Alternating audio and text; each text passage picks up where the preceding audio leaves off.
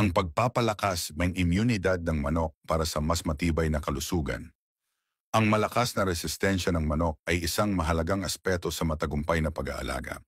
Kapag mahina ang kanilang immune system, mas madali silang dapuan ng sakit na maaaring magdulot ng pagkalugi sa mga breeders.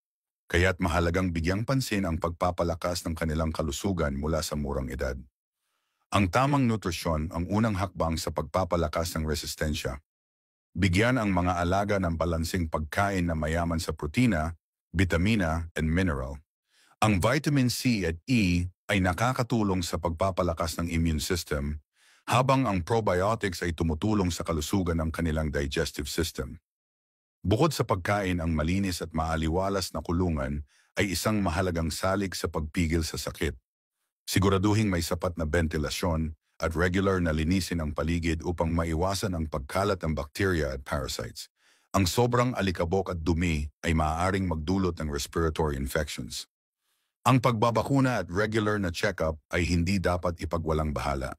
Ang maagang pagbibigay ng tamang bakuna ay makakatulong upang maiwasan ang malulubhang sakit na maaaring makaapekto sa buong grupo ng iyong mga alaga. Gayon din, obserbahan ang kanilang kilos at sigla upang maagapan agad kung may senyales ng sakit. Sa huli, ang masusing pangangalaga at tamang diskarte sa pagpapalakas ng resistensya ay makakatulong sa mas matibay at malulusog na manok. Ang pagiging maagap at maalam sa tamang pamamaraan ay hindi lang magbibigay ng magandang ani kundi magtitiyak din ng isang maayos at matagumpay na pag-aalaga.